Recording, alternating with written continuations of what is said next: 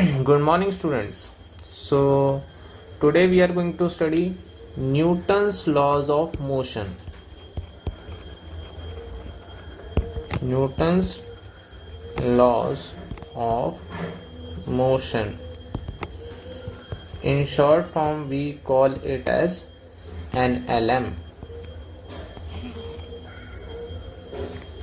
Okay. तो इसको हम लोग न्यूटोनियन मैकेनिक्स भी बोल देते हैं कई बार, ठीक है। न्यूटोनियन मैकेनिक्स इसलिए बोलते हैं क्योंकि इसका डेवलपमेंट ज़्यादातर न्यूटन के एरा में हुआ है। अगर मैं बात करूं इस टाइम की, ये टाइम है AD 1642 to 727। इस टाइम में डेवलप हुई थी ये फिजिक्स, ठीक है ना। तो यहाँ पे हम लोग क्या पढ़ने जा रहे हैं, we are going to study, जैसे कि हम लोग कुछ एग्जांपल देख लेते हैं। यहाँ पे हम लोग स्टडी करेंगे प्रॉब्लम्स की, जैसे कि मैं एक एग्जांपल ले लेता हूँ।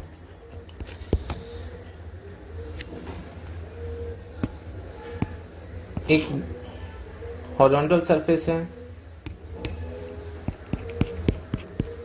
ठीक है, उस पे ब्लॉक रखा हुआ है, ठीक है, उस पे कितनी फोर्स लग रही है, ठीक है, उसका एक्सेलरेशन क्या होगा अगर उसका मास है, ठीक है। फिर हम लोग इसमें पढ़ेंगे पुली प्रॉब्लम्स,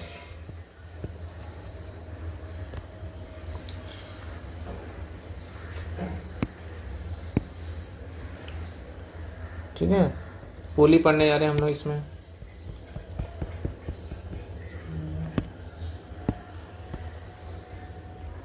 ठीक है,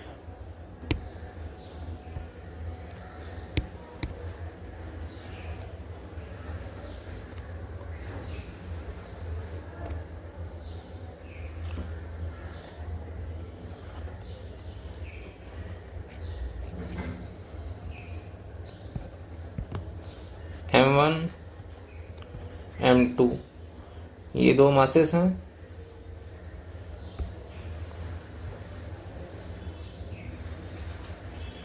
ठीक है।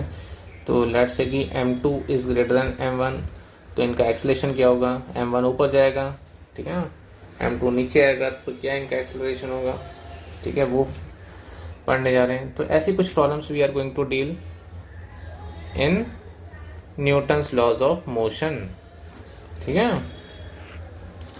तो आ जाते हैं हम लोग। इससे पहले हमने क्या पढ़ा है, इससे पहले हमने पढ़ा है काइनेमेटिक्स, ठीक है। क्या पढ़ा है, काइनेमेटिक्स। काइनेमेटिक्स में हमने पढ़ा है, अगर मैं बात करूं काइनेमेटिक्स का दूसरा जो नाम है, जो ऑलरेडी मैं आपको बता चुका हूं लास्ट चैप्टर में, rest and motion,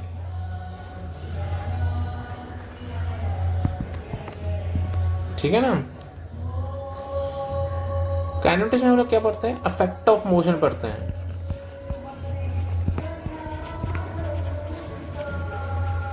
effect of motion पढ़ते हैं। जैसे अगर मैं बताऊं आपको, तो इसमें आपने पढ़ा एक्सेलरेशन के बारे में।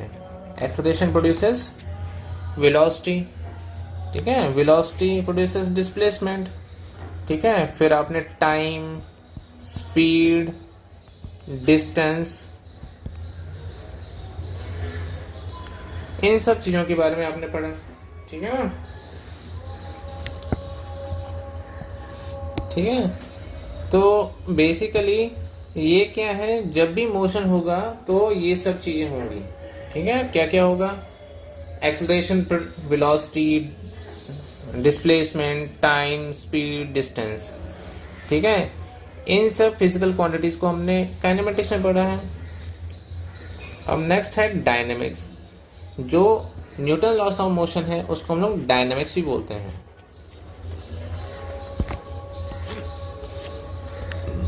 ठीक है, ये क्या है, NLM जो आप पढ़ रहे हैं। यहां पे आप क्या पढ़ेंगे, कॉज ऑफ मोशन। ठीक है, कॉज ऑफ मोशन यानी मोशन का कॉज क्या है, बताओगे मोशन का कॉज। अगर आपने ऊपर देखा कि हमने एक्सेलेरेशन पढ़ा है, ठीक है ना, एक्सेलरेशन हमने पढ़ा है, ठीक है, उसने प्रोड्यूस की वेलोसिटी, वेलोसिटी ने प्रोड्यूस की डिस्प्लेसमेंट, टाइम, स्पीड और ये डिस्टेंस, ये सब पढ़ा है। तो ये मोशन कहां से स्टार्ट हुआ, एक्सेलरेशन से। तो ये एक्सेलरेशन कहां से आया, तो एक्सेलरेशन आया फोर्स से, फोर्स आई और उसने एक्सेलरेशन प्रोड्यूस किया। ठीक है, तो हम लोग इस चैप्टर में फोर्स एंड एक्सेलरेशन को पढ़ने जा रहे हैं। कितनी फोर्स लगेगी, कितना एक्सेलरेशन होगा, ये सब चीजें हम लोग न्यूटन्स लॉज ऑफ मोशन में पढ़ने जा रहे हैं, जिसका कि दूसरा नाम क्या है, डायनामिक्स भी है। ठीक है,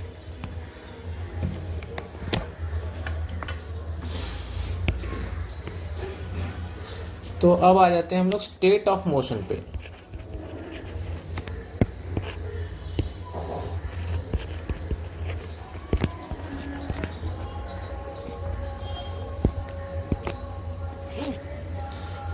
ठीक है, state of motion, state of motion कोई बड़ी चीज नहीं है, जो कि नाम से ही दिख रहा है।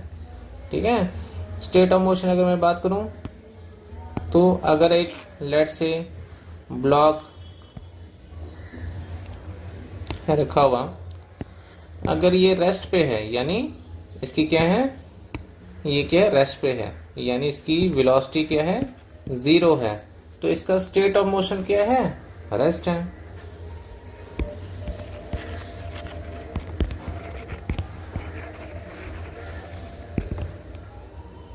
Is rest. ठीक है, अगर एक बॉडी है लेट से, वो यूनिफॉर्म स्पीड से मूव कर रही है, किससे, यूनिफॉर्म स्पीड से मूव कर रही है, यानी उसकी अगर वेलोसिटी कांस्टेंट है, तो स्टेट ऑफ मोशन क्या है,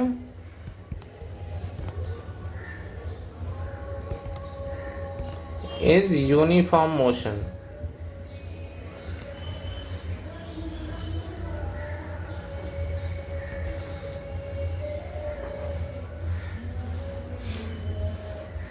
ठीक है, अगर वेलोसिटी कांस्टेंट नहीं है तो नॉन यूनिफॉर्म मोशन हो जाएगा। तो state of motion means motion किस टाइप का है, रेस्ट है, यूनिफॉर्म मोशन है, या नॉन यूनिफॉर्म मोशन है, या फिर और भी चीजें हो सकती हैं। ठीक है, एक्सेलरेटेड मोशन, ठीक है, वेरिएबल एक्सेलरेशन, तो ये सब चीजें आप कहाँ पे, काइनेमेटिक्स में पढ़ ही चुके हो। ठीक है, तो स्टेट ऑफ मोशन का बारे में आपको आइडिया लग ही गया होगा कि अगर बॉडी रेस्ट पे है तो उसका स्टेट ऑफ मोशन रेस्ट है। अगर, ठीक है, तो अगर वो यूनिफॉर्म स्पीड से मूव कर रही है, ठीक है, यानी कांस्टेंट वेलोसिटी है उसकी, तो उसका स्टेट ऑफ मोशन क्या है, यूनिफॉर्म मोशन। ठीक है, तो अगर मैं अब आ जाते हैं change in state of motion. अब हम लोग बात करते हैं change in state of motion. State of motion,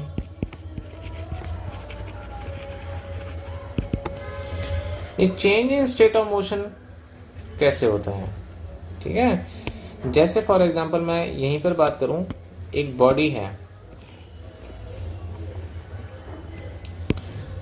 change in state of motion means अगर तो वो रेस्ट से मूव कर रही है, ठीक है, लेट से कि उसकी इनिशियल स्पीड u है और फाइनली उसकी स्पीड क्या हो गई, थोड़ी देर बाद v हो गई।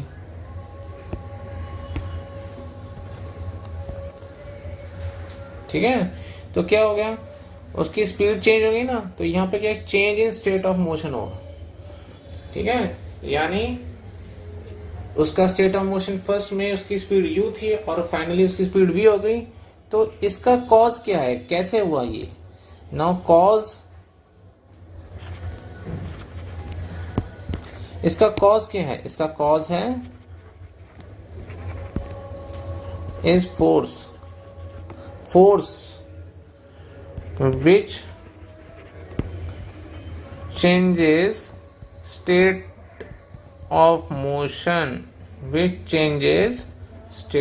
motion, ये फोर्स है जो ये रिस्पॉन्सिबल होती है स्टेट ऑफ मोशन चेंज करने के लिए।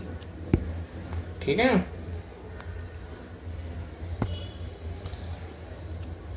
ठीक है।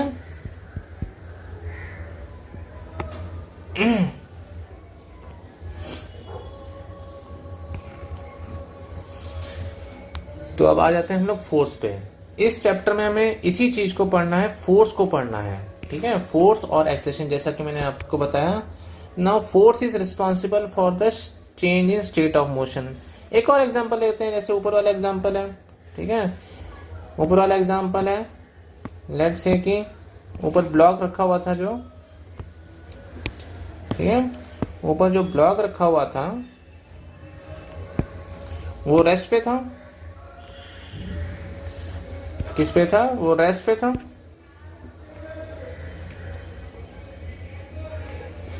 ठीक है, अब अगर उस पे उसका स्टेट ऑफ मोशन वो मूव करने लग गया है, क्या करने लग गया है? वो मूव करने लग गया है, उसकी कुछ वेलोसिटी आ गई लेट से। ठीक है, यहाँ पे v0 था, नो v इज नॉट 0, तो इसका स्टेट ऑफ मोशन चेंज हो गया है। और स्टेट ऑफ मोशन चेंज करने के लिए कौन रिस्पॉन्सिबल है? फोर्स। ठीक है, तो अब हम लोग इसको फोर्स को स्टडी करते हैं। ये क्या है? रिजिड सपोर्ट का सिंबल है, जैसा कि मैं आपको ऑलरेडी बता चुका हूँ। ठीक है ना, dash dash dash, this is the symbol for rigid support. Now force, अब फोर्स को स्टडी कर लेते हैं हम लोग। इस चैप्टर में आपको फोर्स को ही डिटेल में स्टडी करना है। ठीक है,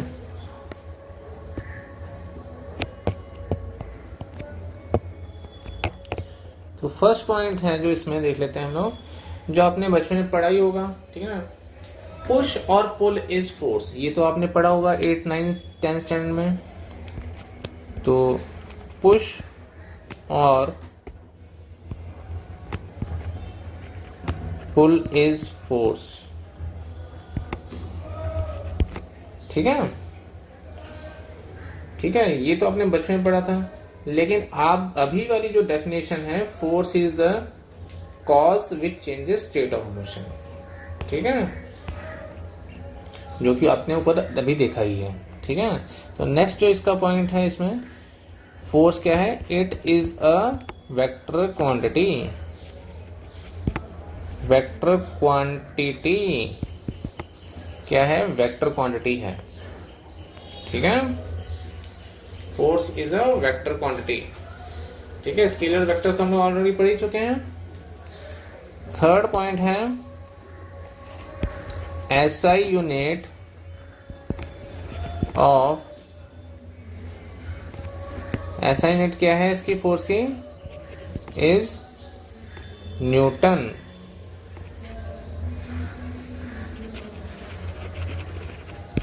और इसका जो लेटर है वो है कैपिटल एन।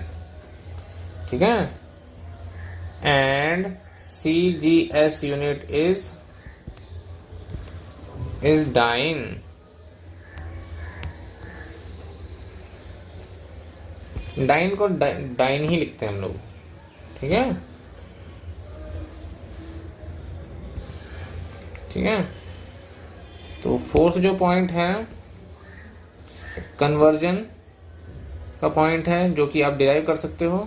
ठीक है, 1 न्यूटन इक्वल्स टू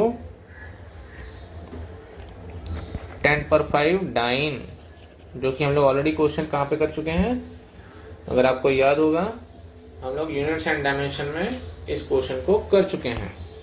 ठीक है, नाउ नेक्स्ट है टाइप्स ऑफ फोर्सेस। ये क्वेश्चन हमने किया था ना, 1 newton equal to 10⁵ dyne, prove किया था ना। तो नेक्स्ट है टाइप्स ऑफ फोर्सेस।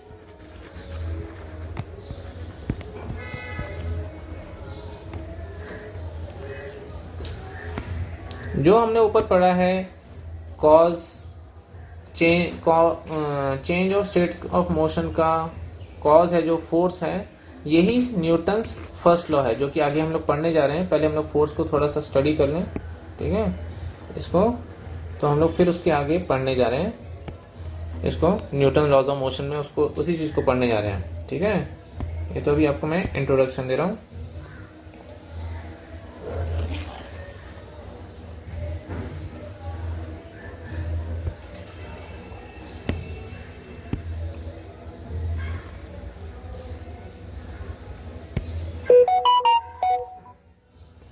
ठीक है, तो नेक्स्ट जो है इसमें जो फर्स्ट टाइप है नॉन कांटेक्ट फोर्सेस।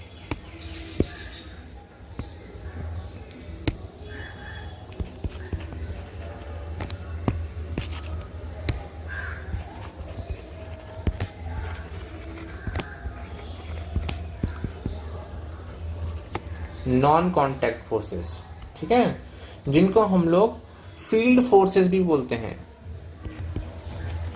और फील्ड फोर्सेस, ठीक है ना, इनको फील्ड फोर्स ही बोलते हैं, ठीक है। नेक्स्ट है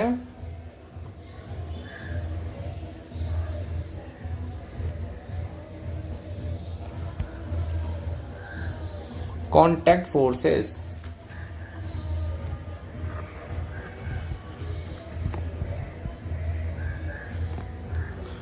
ठीक है, थर्ड टाइप की फोर्सेस हैं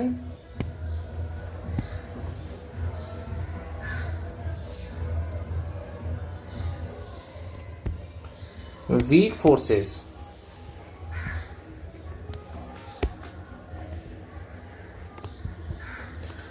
अब आप बोलोगे सर ये टाइप्स ऑफ फोर्सेस क्यों पढ़ रहे हैं? टाइप्स ऑफ फोर्सेस पढ़ेंगे क्योंकि आपको फोर्स को ही स्टडी करना है इस चैप्टर में।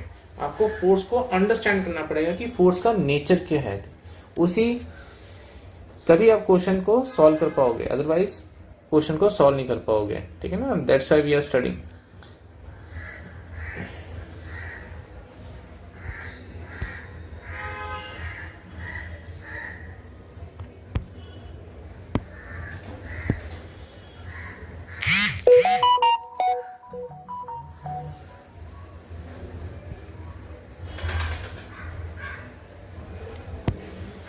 नेक्स्ट है nuclear forces. Four type nuclear forces, ठीक है। ये फोर टाइप्स की फोर्सेस हैं जो कि जिनमें हम लोग फोर्सेस को क्लासिफाई कर सकते हैं। ये फोर टाइप्स हैं, ठीक है। तो अब हम लोग one by one in types को देख लेते हैं। जो फर्स्ट है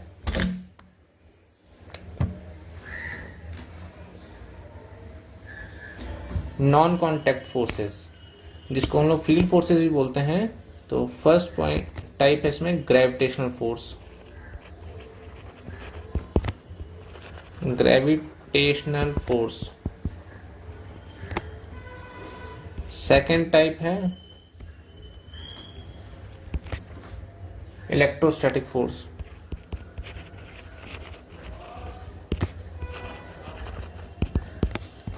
इलेक्ट्रोस्टैटिक फोर्स। थर्ड टाइप है मैग्नेटिक फोर्स।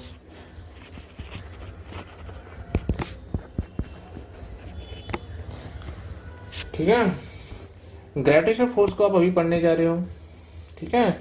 इन दो फोर्सेस को आप 12th स्टैंडर्ड में पढ़ोगे, ठीक है। ग्रेविटेशनल फोर्स को तो अभी आप पढ़ने जा रहे हो, इसके ऊपर पूरा का पूरा चैप्टर है ग्रेविटेशन, ठीक है, जहाँ पे आप डिटेल में पढ़ने जा रहे हो। इनफैक्ट हम लोग यहाँ पे भी थोड़ा सा इसको पढ़ने जा रहे हैं, ठीक है। तो नेक्स्ट है electrostatic force and magnetic force. ये आप नेक्स्ट ईयर 12th स्टैंडर्ड में पढ़ोगे। इलेक्ट्रोस्टैटिक फोर्स, इलेक्ट्रोस्टैटिक्स चैप्टर है, फर्स्ट चैप्टर में पढ़ोगे 12th में, और उसके बाद है करंट इलेक्ट्रिसिटी, और फिर सब्सिक्वेंट चैप्टर्स में आप मैग्नेटिक फोर्स को भी डिटेल में पढ़ने जा रहे हो, ठीक है। अब आ जाते हैं कांटेक्ट फोर्सेस पे। तो कांटेक्ट फोर्सेस जो कि नाम से ही दिखता है, जो कि कांटेक्ट पे लगेंगी, ठीक है ना। Non contact forces without contact लगती हैं, जो कि फील्ड के थ्रू लगती हैं।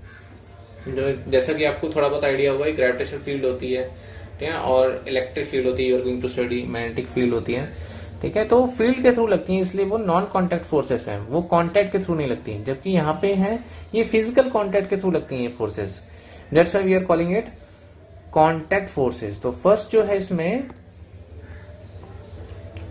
टेंशन, ठीक है।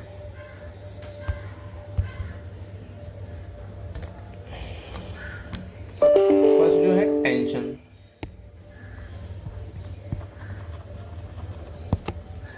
सेकंड जो है नॉर्मल रिएक्शन,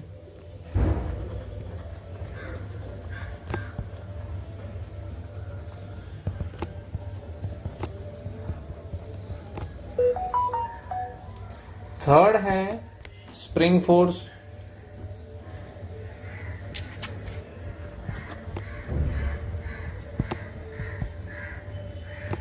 जिसको हम लोग एफएस भी बोलते हैं, और फोर्थ है फ्रिक्शन,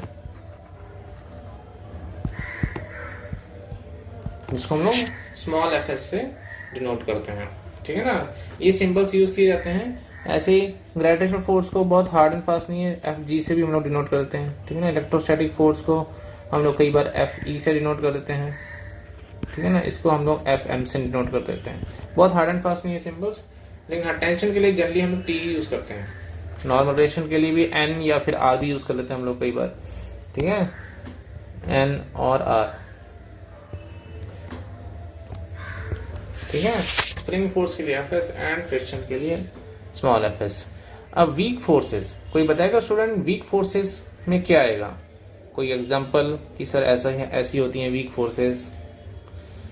तो वीक फोर्सेस आपने van der Waals force of attraction पढ़ा होगा, जो कि आप मोस्टली केमिस्ट्री में पढ़ने पर जा रहे हो, ठीक है ना। ठीक है, van der Waals force of attraction in fact आप थर्मोडायनेमिक्स में भी हम लोग पढ़ते हैं यहाँ पे फिजिक्स में, बट क्या कि वो उसको हम लोग नेग्लेक्ट करते हैं to derive the ideal gas equation, ठीक है। तो वीक फोर्सेस आपको केमिस्ट्री में पढ़नी है, ठीक है, जो भी वहां पे है, ठीक है। एक जगह हम लोग रियल गैस इक्वेशन में थोड़ा बहुत इसको कंसिडर करते हैं, ठीक है। तो नेक्स्ट है न्यूक्लियर फोर्सेस। ये न्यूक्लियर फोर्सेस जो होती हैं strong and weak nuclear forces होती हैं, ठीक है। टू टाइप्स होते हैं इनमें भी, strong nuclear force and second है weak nuclear force,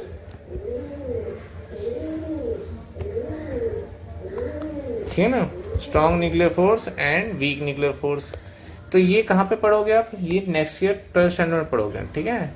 12th standard में कहाँ पे? 12th स्टैंडर्ड में पढ़ोगे नेक्स्ट ईयर, जो कि मॉडर्न फिजिक्स है। मॉडर्न फिजिक्स चैप्टर जो कि सेकंड लास्ट चैप्टर है, ठीक है। जब आपका कोर्स कंक्लूड हो जाएगा तो सेकंड लास्ट चैप्टर वहां पे आप इन फोर्सेस को पढ़ोगे। न्यूक्लियाई, इसका इसमें भी 3 पार्ट है, atoms, nuclei and dual nature modern physics में। उसमें आप न्यूक्लियाई जो पार्ट है उसमें आप न्यूक्लियर फोर्सेस को पढ़ोगे। यहाँ पे भी बहुत डिटेल में नहीं है, बस इनका एक वहाँ पे भी इंट्रोडक्शन ही है, ठीक है। तो नेक्स्ट है, यहाँ पे एक नोट लिख लो जो कि आपके लिए काफी हेल्पफुल होगा। नोट लिख लीजिए आप, contact forces are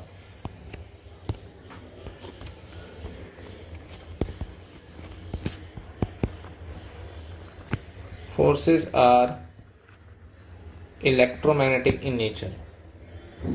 Contact forces are electromagnetic in nature. ठीक है, कॉन्टैक्ट फोर्सेस इलेक्ट्रोमैग्नेटिक नेचर की होती हैं, ठीक है। तो अब आ जाते हैं हम लोग टाइप्स ऑफ फोर्सेस में। सबसे पहले हम लोग आ जाते हैं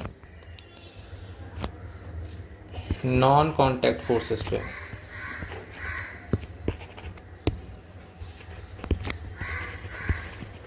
नॉन कॉन्टैक्ट फोर्सेस यहाँ पे अभी आपको सिर्फ ग्रेविटेशनल फोर्स को ही पढ़ना है नॉन कॉन्टैक्ट फोर्सेस में। जैसा कि मैंने बताया आपको, इलेक्ट्रोस्टैटिक फोर्स और मैग्नेटिक फोर्स है जो, वो आपको नेक्स्ट ईयर पढ़ना है, ठीक है। उन पे पूरा का पूरा चैप्टर्स डेडिकेटेड है उन फोर्सेस पे। तो इसमें है आपको पढ़ना है ग्रेविटेशनल फोर्स। ग्रेविटेशनल फोर्स अभी हम लोग इसको बहुत ज़्यादा डिटेल में नहीं पढ़ेंगे क्योंकि इस पे पूरा का पूरा चैप्टर डेडिकेटेड है, बट इसका यूज होगा क्वेश्चंस में, तो आपको एक आइडिया होना चाहिए। That's why we are taking here also in this chapter also. That's why you are studying types of forces. इसको ग्रेविटेशनल फोर्स को हम लोग बोलते हैं, ग्रेविटी भी बोल देते हैं हम लोग, ठीक है ना, ठीक है। और हम लोग इसको वेट भी बोल देते हैं। जो वेट है, वेट इज अ फोर्स, ठीक है ना। इसको हम लोग एफ जी से डिनोट करते हैं, जैसा कि मैंने आपको ऑलरेडी बताया। इससे एफ जी से डिनोट करते हैं और हम लोग डब्ल्यू से भी डिनोट कर देते हैं इसको, ठीक है।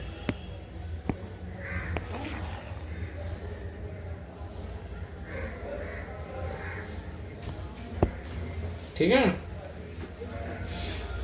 तो अब हम लोग इसका नेचर देखते, how it acts. Let's say ये हमारी ब्लू कलर का प्लेनेट है अर्थ, ठीक है। इसका सेंटर होगा, कोई भी मास है उस पे जो फोर्स ऑफ ग्रेविटी लगती है वो टुवर्ड्स सेंटर लगती है, सेंटर टू सेंटर, ठीक है। किसी बॉडी है उसके सेंटर से अर्थ के सेंटर की तरफ लगती है बॉडी फोर्स,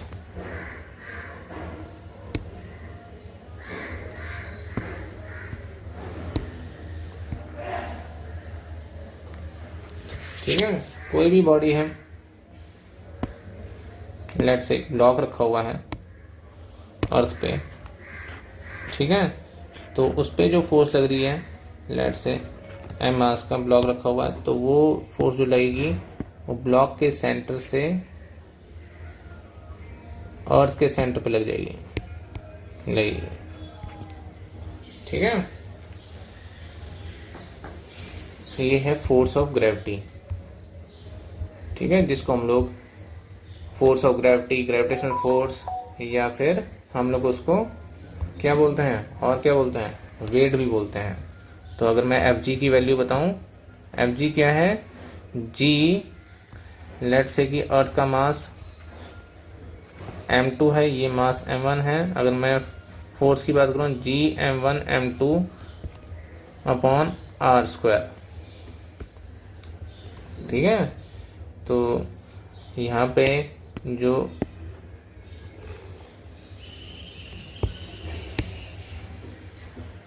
आर है, m1 m2 तो मासेस हैं, ठीक है। m1 m2 मासेस हैं। R equals to distance between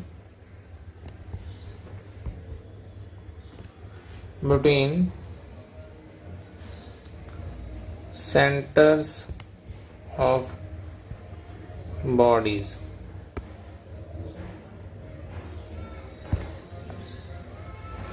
ठीक है। और m1 m2 क्या मास है, and g is a constant. g क्या है, ग्रेविटेशनल कांस्टेंट,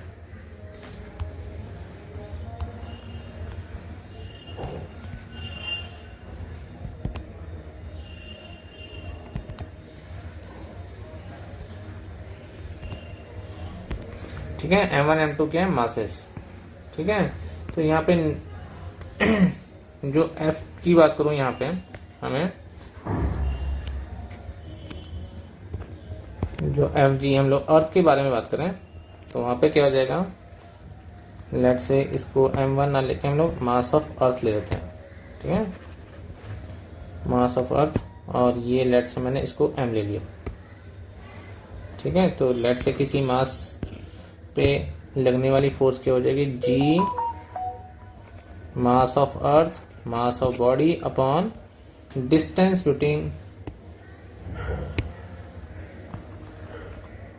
ठीक है, ये है आर। तो ये हो गया आर स्क्वायर,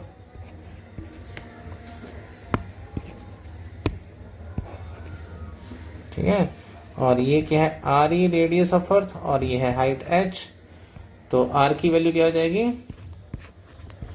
क्या हो जाएगी आर की वैल्यू, स्मॉल आर की value radius of earth plus height. ठीक है। अब अगर आपको पता है रेडियस ऑफ अर्थ क्या है, इज अप्रोक्सीमेटली 6400 किलोमीटर्स। ठीक है।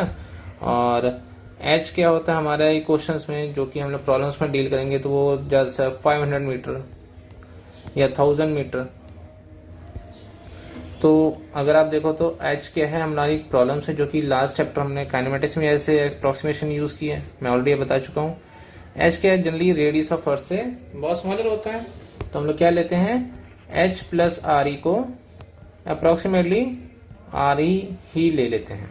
ठीक है। तो ये फॉर्मूला जो बन जाता है आपका F G equals to G M E M upon R E square. ठीक है। तो ये क्या हो गया, अगर आप देखो ये कांस्टेंट है, ये इटसेल्फ इज अ कांस्टेंट, तो एफ जी क्या आ गया, एम जी। ये क्या है, इटसेल्फ कांस्टेंट है। ठीक है। तो ये बन गया आपका फॉर्मूला ऐसा। ठीक है। यहाँ पे जी क्या है, where small g equals to G M E upon R E square, जिसकी अप्रोक्सीमेटली वैल्यू क्या होती है, 9.8 मीटर पर सेकंड स्क्वायर, ऐसा ही। ठीक है। तो ये एक अप्रोक्सीमेट फॉर्मूला है। ठीक है। आपको पता है कि अप्रोक्सीमेशन क्या है, दिस इज द अप्रोक्सीमेशन। ये एक्यूरेट नहीं है, बट ये अप्रोक्सीमेशन फेयरली वैलिड है। कब तक, जब तक h क्या है, very small as compare to radius of earth. But जैसे ही h कंपेरेबल आ जाएगा, लेट्स से कि 500 किलोमीटर्स, 1000 किलोमीटर्स, फिर हम लोग इसको यूज नहीं कर पाएंगे। आप यूज करोगे तो आपके पास जो आंसर आएगा वो मिस्टेक आएगा, आंसर करेक्ट नहीं आएगा। ठीक है, उसमें मिस्टेक होगी। ठीक है। तो ऐसे करके, तो अब से आपको जो फॉर्मूला यूज करना है ग्रेविटेशन फोर्स का, सेंटर टू सेंटर, बॉडी के सेंटर से, सॉरी बॉडी के सेंटर से अर्थ के सेंटर पे, तो उसका डायरेक्शन है, जो कि मैं ऑलरेडी बता चुका हूं आपको। ठीक है, ये हम लोग देख चुके हैं। और अगर मैं मैग्नीट्यूड की बात करूं, तो वो मास ऑफ बॉडी टाइम्स जी, जी की वैल्यू क्या है, 9.8 मीटर पर सेकंड स्क्वायर। वर्टिकली डाउनवर्ड मत बोल देना हमेशा, वर्टिकली डाउनवर्ड अर्थ के बॉडी के सेंटर से अर्थ के सेंटर के साथ। ठीक है। तो यहाँ पे हम लोग नोट लिख लेते हैं, जो कि आपके लिए यूजफुल चीज होगी, किलोग्राम फोर्स।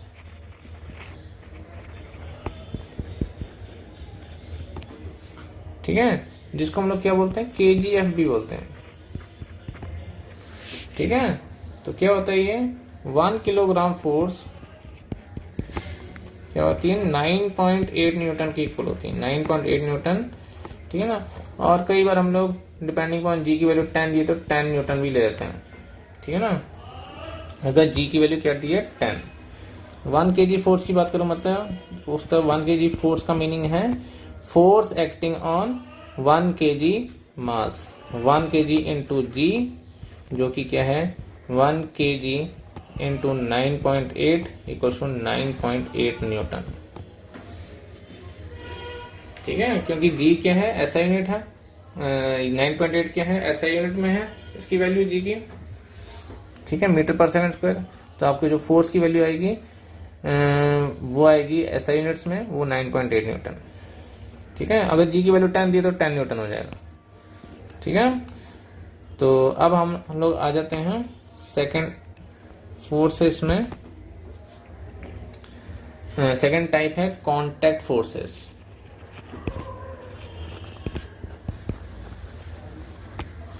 ठीक है। जो ये फर्स्ट टाइप में आपको ग्रेविटेशनल फोर्स ही पढ़ना था, नॉन कांटेक्ट फोर्सेस में। यहाँ पे अभी जैसा कि मैंने बताया, वो बाकी जो नॉन कांटेक्ट फोर्सेस हैं वो आपको फर्स्ट स्टैंडर्ड में पढ़नी है। ठीक है। तो अब हम लोग आ जाते हैं कांटेक्ट फोर्सेस। तो कांटेक्ट फोर्सेस में हम लोग सबसे पहले जो पढ़ने जा रहे हैं, वो पढ़ने जा रहे हैं normal reaction. We are going to study first force is normal reaction. ठीक है, तो नॉर्मल रिएक्शन क्या आती है होता है, तो वी आर गोइंग टू सी। पहली बात तो ये कांटेक्ट फोर्स है ना, कांटेक्ट फोर्स, पहली बात तो ये कांटेक्ट फोर्स है।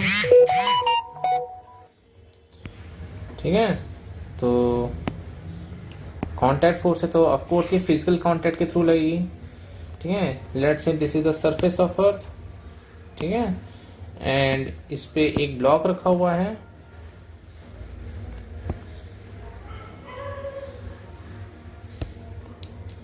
इस पे एक ब्लॉक रखा हुआ है। ठीक है, तो ब्लॉक रखा हुआ है, अगर मैं देखूं तो कांटेक्ट फोर्स जो लग रही है बिकॉज ऑफ दिस कांटेक्ट। ठीक है ना, कांटेक्ट फोर्स लग रही है। ठीक है, तो जो नॉर्मल रिएक्शन है, ठीक है, नॉर्मल रिएक्शन क्या है, वो नॉर्मल रिएक्शन को हम लोग बोलते हैं नॉर्मल रिएक्शन, वो लगता है इस कांटेक्ट के थ्रू दोनों बॉडीज एक दूसरे पे अप्लाई करती हैं। तो अगर मैं बात करूं ब्लॉक पे लगने वाला नॉर्मल रिएक्शन, तो ब्लॉक पे लगने वाला नॉर्मल रिएक्शन है वर्टिकली अपवर्ड। ठीक है, this is the normal reaction. किस पे, ब्लॉक पे लगने वाला, ये है normal reaction perpendicular to surface, perpendicular to contact surface by ground on body. ये ग्राउंड का बॉडी पे लगने वाला नॉर्मल रिएक्शन। ठीक है, जबकि मैं ऐसा ही एक नॉर्मल रिएक्शन जो कि अगर मैंने इसको SN बोल दिया तो ये रहा नॉर्मल रिएक्शन जो लग रहा है -N।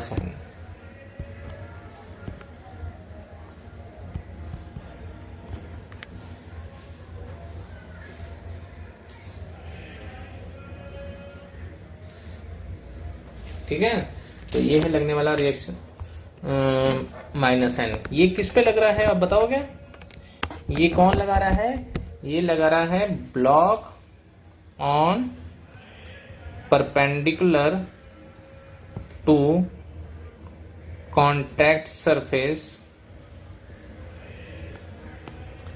Bye body on ground. ठीक है, ठीक है, तो वैसे जो मैंने आपको सामने दिखाया ये एक्शन रिएक्शन पेयर है जो कि हम लोग न्यूटन थर्ड लॉ में पढ़ने जा रहे हैं। ठीक है, ये एक्शन रिएक्शन पेयर है। अगर मैं एक को एक्शन बोल देता हूं तो दूसरा बन जाता है रिएक्शन, या वाइस वर्सा। दोनों में से किसी को भी एक एक्शन बोल दो तो दूसरा बन जाएगा रिएक्शन। ऐसा जरूरी नहीं है कि जो ब्लॉक पे लगने वाला वो एक्शन है और अर्थ पे लगने वाला रिएक्शन है। किसी को भी एक को एक्शन बोल दो तो दूसरा रिएक्शन बन जाता है। ठीक है, तो इसमें आई थिंक आपको समझ में आ गया होगा, आ गई होगी बात ये। ठीक है, तो आगे चलें, तो लेट्स से कुछ क्वेश्चंस कर लेते हैं। मैं फिर से रिपीट कर रहा हूं, नॉर्मल रिएक्शन जैसा कि नाम से ही है इसके नॉर्मल, जो कांटेक्ट फोर्स, वो कांटेक्ट फोर्स जो कि perpendicular to the surface of contact लग रही है। सरफेस ऑफ कांटेक्ट दिख रहा है ना आपको सबको, ये रेड कलर से, ये रहा कांटेक्ट सरफेस, इसके जो परपेंडिकुलर फोर्स लग रही है वो है नॉर्मल रिएक्शन। ठीक है, जो दोनों सरफेसेस एक दूसरे पे अप्लाई कर रहे हैं, सरफेसेस अप्लाई करते हैं। ठीक है, चले आगे, तो कुछ क्वेश्चंस कर लेते हैं हम लोग। ठीक है, लेट्स डू सम प्रॉब्लम्स। ये रहा आपका प्रॉब्लम नंबर 1 आपके सामने, illustration 1। I means illustration, illustration जो कि हम लोग ऑलरेडी कर चुके हैं लास्ट चैप्टर्स में। इलस्ट्रेशन 1, ठीक है। तो आपको क्या करना है, आपको ड्रॉ नॉर्मल रिएक्शन,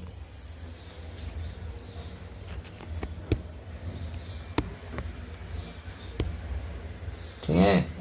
आपको ये ब्लॉक रखा हुआ है मास m का, और इधर एक ब्लॉक रखा हुआ है, ठीक है।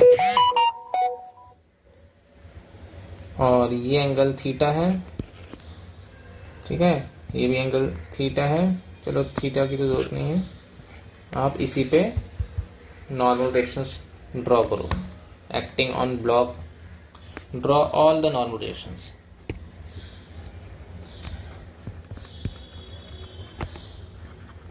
all the normal reactions, ठीक है। तो आप समझ ही गए हो, ठीक है। हाँ बताइए, कोई बात नहीं, रॉन्ग होगा, अभी टेंशन क्यों ले रहे हो, करेक्ट होगा, रॉन्ग होगा।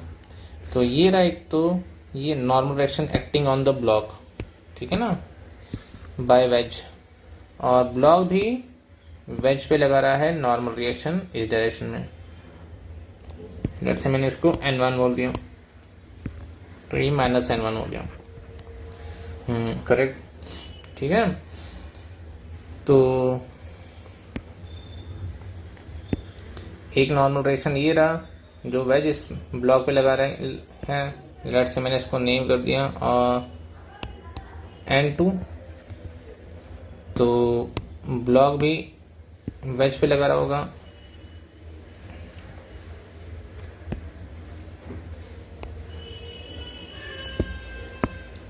सॉरी ये थोड़ा सा परपेंडिकुलर नहीं दिख रहा,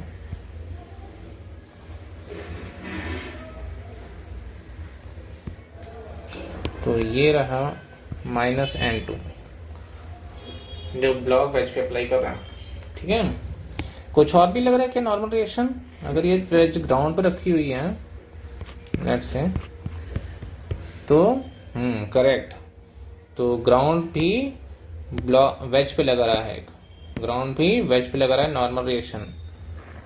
ये रहा ग्राउंड का नॉर्मल रिएक्शन, लेट्स से मैंने इसको बोल दिया n, ठीक है। और वेज भी ग्राउंड पे लगा रहा है -n, करेक्ट। आई थिंक सबको समझ में आ गई वो बात, चले आ गया। चलो एक और क्वेश्चन करोगे, चलो क्वेश्चन नंबर 2 करते हैं।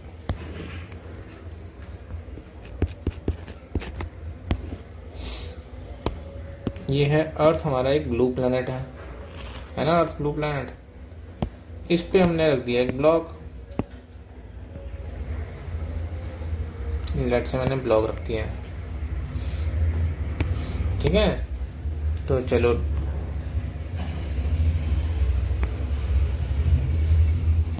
ड्रॉ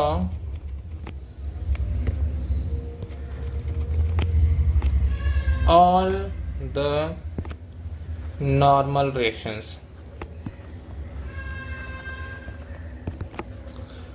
सारे के सारे नॉर्मल रिएक्शंस ड्रॉ कर दो।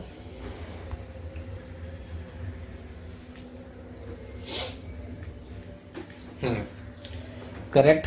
एक तो अर्थ ब्लॉक पे लगा रहा है जो कि वर्टिकली अपवर्ड लगाएगा, परपेंडिकुलर सरफेस, करेक्ट, ठीक है ना। लेट से n, और एक कौन लगाएगा, एक ब्लॉक अर्थ पे लगाएगा -n,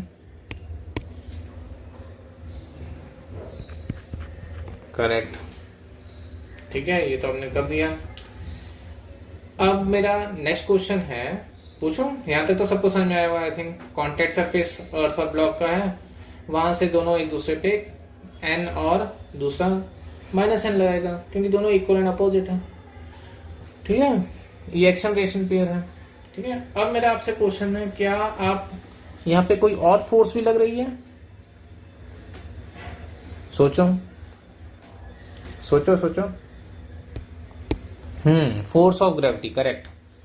फोर्स ऑफ ग्रेविटी लग रही है, कौन लगा रहा है? अर्थ ब्लॉक पे लगा रही है सेंटर की तरफ, ये रहा mg। ठीक है, कुछ और भी लग रहा है? कुछ और भी लग रहा है? ये तो एक्शन रिएक्शन हो गए, हम लोग आगे पढ़ने जाना है, ठीक है ना। कुछ और भी लगा रहा है, लग रहा है? करेक्ट, अर्थ ब्लॉक भी अर्थ पे एक -mg फोर्स लगा रहा है। कौन? ब्लॉक भी अर्थ पे लगा रहा है, करेक्ट। ब्लॉक भी अर्थ के सेंटर से अपने सेंटर की तरफ -mg फोर्स लगा रहा है, ठीक है। ये रहा रेड कलर का एरो, दिख रहा है सबको? अगर मैंने उसको mg बोल दिया तो ये है -mg। माइनस सिर्फ डायरेक्शन के लिए, आपको पता है हम लोग काइनेमेटिक्स में पढ़ ही चुके हैं, ठीक है। तो ग्रीन कलर का एरो है जो वो अर्थ ब्लॉक पे लगा रहा है mg, और -mg कौन है? जो ब्लॉक अर्थ पे फोर्स ऑफ ग्रेविटी लगा रहा है। दोनों एक दूसरे को पुल कर रहे हैं mg से, ठीक है। और ये दोनों एक्शन रिएक्शन पेयर हैं। कौन से? ये दोनों एक्शन रिएक्शन पेयर हैं, mg एंड -mg, ठीक है। ऐसे ही n एंड -n क्या है? Action reaction pair. ये हम लोग पढ़ने जा रहे हैं आगे, डोंट वरी। अभी तो मैं जस्ट सबको इंट्रो दे रहा हूँ, we are going to study, ठीक है। अभी तो हम लोग सिर्फ नॉर्मल रिएक्शन पढ़ रहे हैं और फोर्सेस को स्टडी कर रहे हैं, ठीक है। तो नेक्स्ट जो है, चले आगे, हाँ नोट कर लो।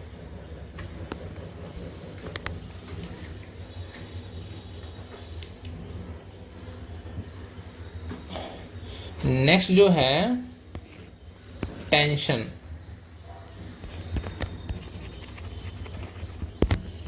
टेंशन इन, अच्छा सॉरी, सेकंड नंबर की फोर्स है ये, कांटेक्ट फोर्सेस में सेकंड नंबर की फोर्स है।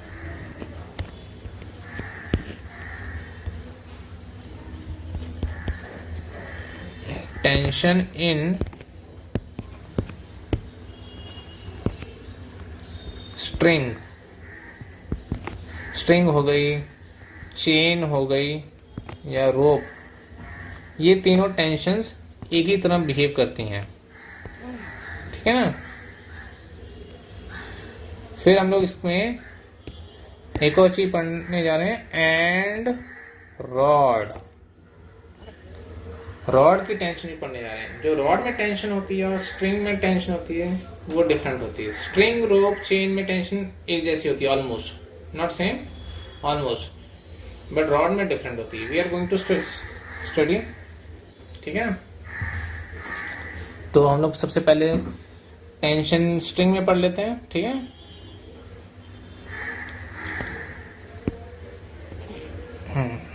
तो ये रहा आपके सामने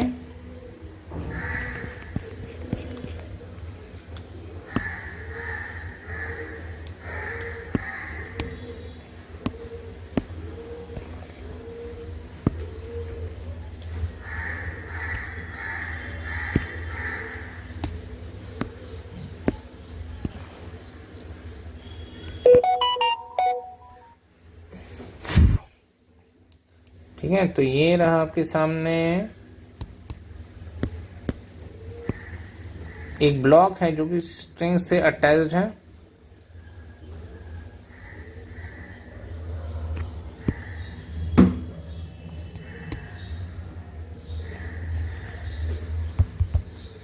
ठीक है, जो कि स्ट्रिंग से अटैच्ड है। नेट से इसका मास m है। तो यहां पे मैंने 3 पॉइंट्स लिए, ये रहा A पॉइंट, ये रहा B पॉइंट और ये रहा C पॉइंट, ठीक है। तो आप यहाँ पे टेंशन का डायरेक्शन ड्रॉ कर सकते हो। टेंशन को हम T लेटर से डिनोट करते हैं जनरली, इन जनरल, जो कि मैं ऑलरेडी बता ही चुका हूं आपको, ठीक है। हाँ, तो यहाँ पे टेंशन का डायरेक्शन देखो क्या होता है। ए पे जो डायरेक्शन होगा टेंशन का, ए पॉइंट पे टेंशन का डायरेक्शन होगा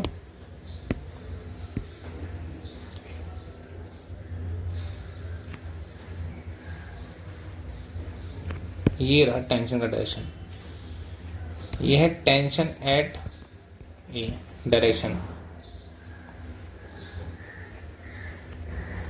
ठीक है। बी पे डायरेक्शन क्या होगा, अपवर्ड्स, करेक्ट। अगर मैं सी की बात करूं, सी पॉइंट की बात करूं, तो सी पॉइंट पे क्या होगा, करेक्ट, सी पॉइंट पे दोनों डायरेक्शन में होगी टेंशन, सी पॉइंट में टेंशन दोनों डायरेक्शन में होगी,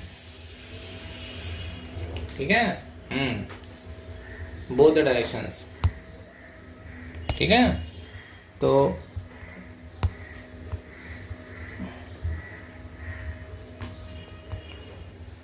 कुछ और एग्जांपल्स देख लें। चलो, ये रहा हमारे पास इलस्ट्रेशन 2। चलो, तो यहाँ पे टेंशन का डायरेक्शन तो आपको समझ में आ गया। ए पॉइंट पे वर्टिकली डाउनवर्ड है, बी पॉइंट पे वर्टिकली अपवर्ड है, और सी पॉइंट पे दोनों डायरेक्शन में है टेंशन, ठीक है। तो चलो कुछ इलस्ट्रेशन कर लेते हैं। ये इलस्ट्रेशन 3 है, ठीक है। Draw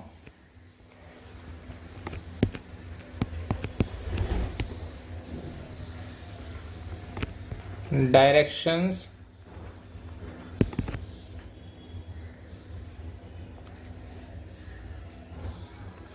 of tensions acting on bodies, ठीक है। तो सबसे पहले हम लोग यहाँ पे दो पार्ट ले लो। एक तो पार्ट है ये रहा आपके सामने,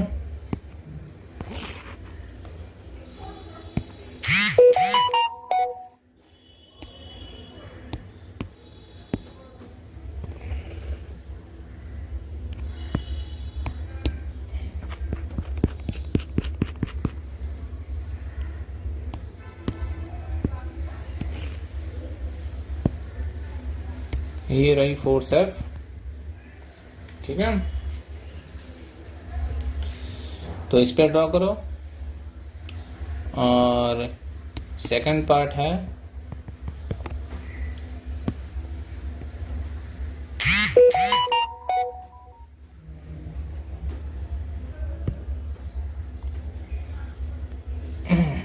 ये दो ब्लॉक्स हैं, 2 blocks are placed,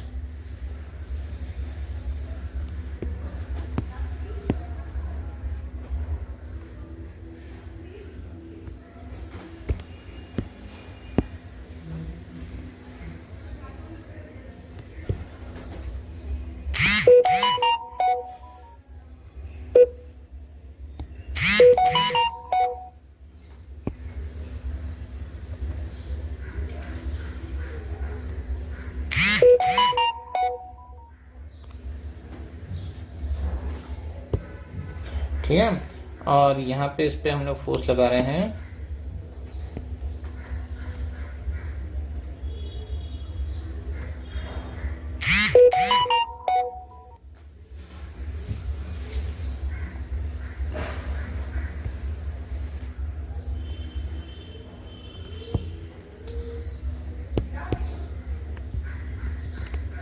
ठीक है। चलो, दोनों में टेंशन का डायरेक्शन बताओ।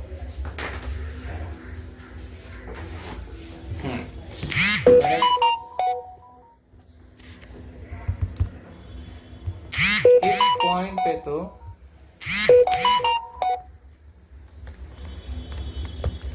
करेक्ट।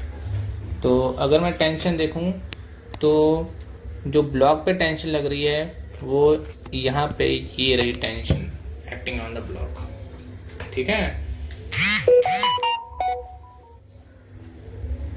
ठीक है। और अगर मैं सेकंड पार्ट में देखूं तो उसमें टेंशन ब्लॉक पे यहाँ पे लग रही है टी, और इस पे लग रही है इस डायरेक्शन में टी, करेक्ट, ठीक है।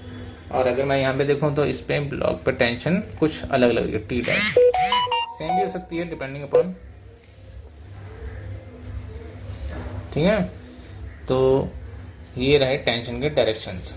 ठीक है, अब हम लोग नोट लिख लेते हैं।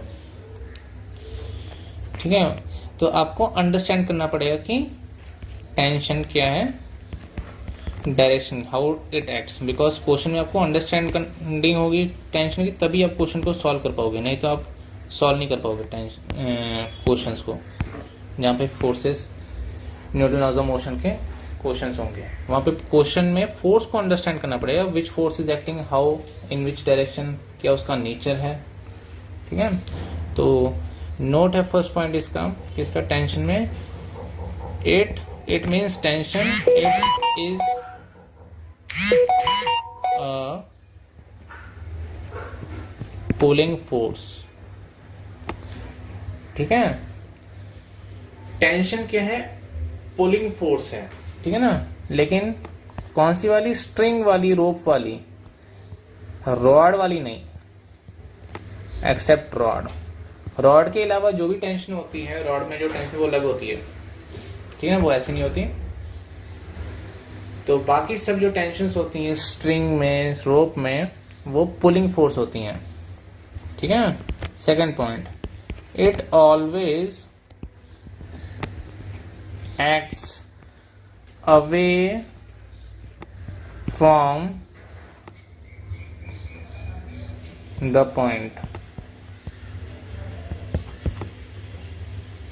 It always acts away from the point.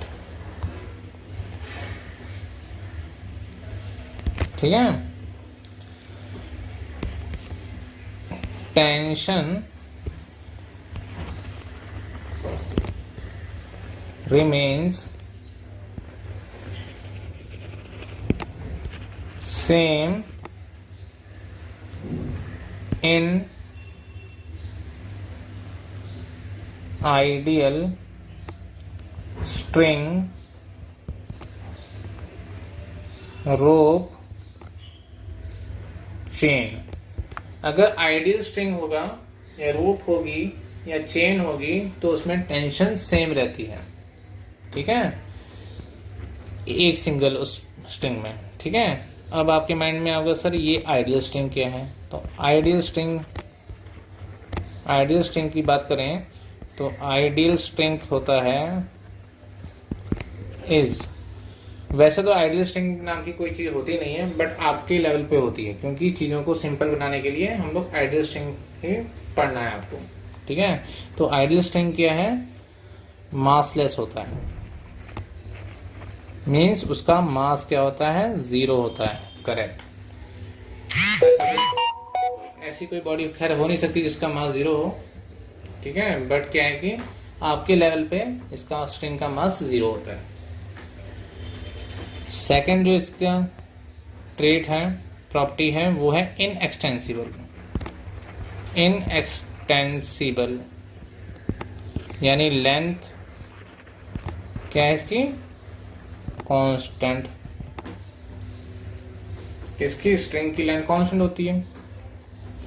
ठीक है, जो थर्ड है अनब्रेकेबल। ठीक है ना, इस पे जितनी मर्जी टेंशन फोर्स अप्लाई कर लो, जो आइडियल स्ट्रिंग है वो कभी ब्रेक नहीं करता है। ठीक है, these are the 3 traits of ideal string. ठीक है, तो आपके लेवल पे मोस्ट ऑफ द केसेस में 90% केसेस में आइडियल स्ट्रिंग ही होगा। जहां पे नॉन आइडियल होगा वहां पे स्ट्रिंग का मास होगा तो वो आपको दिया जाएगा, अगर कि ऐसा इसका मास पर यूनिट लेंथ है या इतना मास है, इतनी लेंथ है, फिर उसके अकॉर्डिंगली हम लोग प्रॉब्लम्स करेंगे, लेकिन वो बहुत कम प्रॉब्लम्स होंगी, लेस देन 10%। 10% मैंने ज्यादा बोल दिया, बट लेट्स से कि मोस्टली आप एनकाउंटर करोगे आइडियल स्ट्रिंग को ही। ठीक है ना, नाउ नेक्स्ट जो पॉइंट है जो कि प्रॉब्लम्स में यूज होने जा रहा है, ऑन कटिंग स्ट्रिंग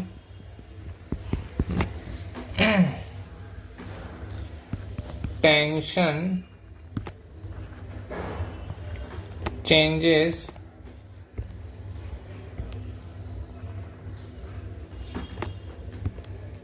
immediately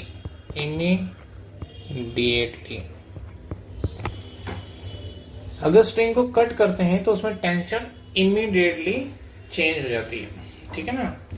इसका मीनिंग क्या है, इसका मीनिंग ये है कि क्वेश्चंस में इसका एप्लीकेशन होगा, ठीक है। सिस्टम में कुछ चेंज हुआ है, लेट्स से कि पुली है, स्ट्रिंग है, बहुत सारे स्ट्रिंग्स हैं, तो कहीं कुछ चेंज हुआ है अगर सिस्टम में, तो वो चेंज इमीडिएटली ट्रांसफर हो जाता है। चेंज मीन्स की टेंशन स्ट्रिंग में इमीडिएटली चेंज होती है, ठीक है। वो जब क्वेश्चन करेंगे ना उस टाइम पे इस पॉइंट का यूज होगा, तो वहां पे मैं आपको बताऊंगा, ठीक है ना। तो आप वैसे देख हो कि अगर मैं स्ट्रिंग को, ऊपर वाले स्ट्रिंग को यहाँ पे इसको कट कर दूं, लेट्स से अगर मैं इसको कट कर दूं ऊपर, तो इसमें टेंशन इमीडिएटली जीरो हो जाएगी, ठीक है ना। अभी क्वेश्चन करेंगे तो आपको ये पॉइंट क्लियर हो जाएगा, क्योंकि इसका यूज आएगा एप्लीकेशन आगे, ठीक है। तो 6 पॉइंट है टेंशन, जो 6 पॉइंट है, tension is not same everywhere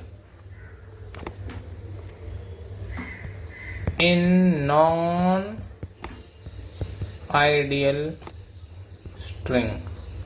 जैसा कि मैं ऑलरेडी आपको बता चुका हूं कि जो नॉन आइडियल स्ट्रिंग है उसमें टेंशन हर जगह सेम नहीं होती है, ठीक है। अगर सेम नहीं होगी तो क्या होगा, तो वो क्वेश्चन करेंगे तब आपको पता लग जाएगा, ठीक है। तो हम लोग यहाँ पे क्वेश्चन कर लेते हैं जिससे आपको चीजें क्लियर हो जाएंगी। इलस्ट्रेशन 4 है ना, इलस्ट्रेशन 4, ठीक है।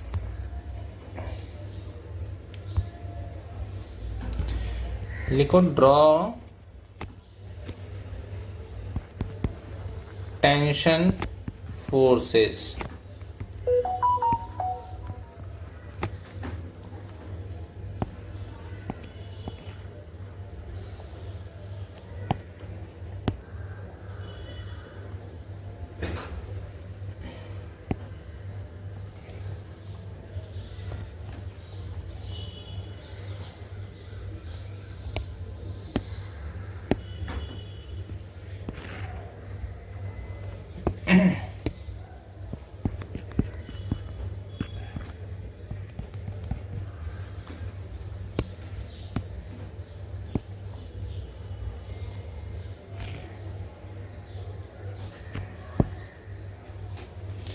तो आप टेंशन ड्रॉ करो, इसमें कैसे टेंशन लग रही है।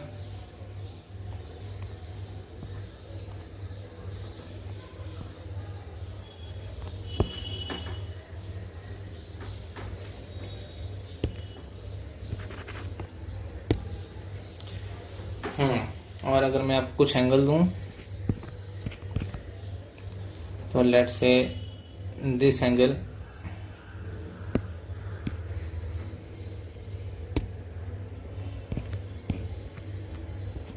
इज थीटा, तो फाइंड कर सकते हो टेंशन।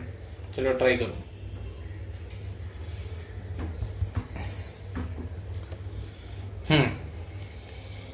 तो होपफुली आपने ट्राई कर लिया होगा।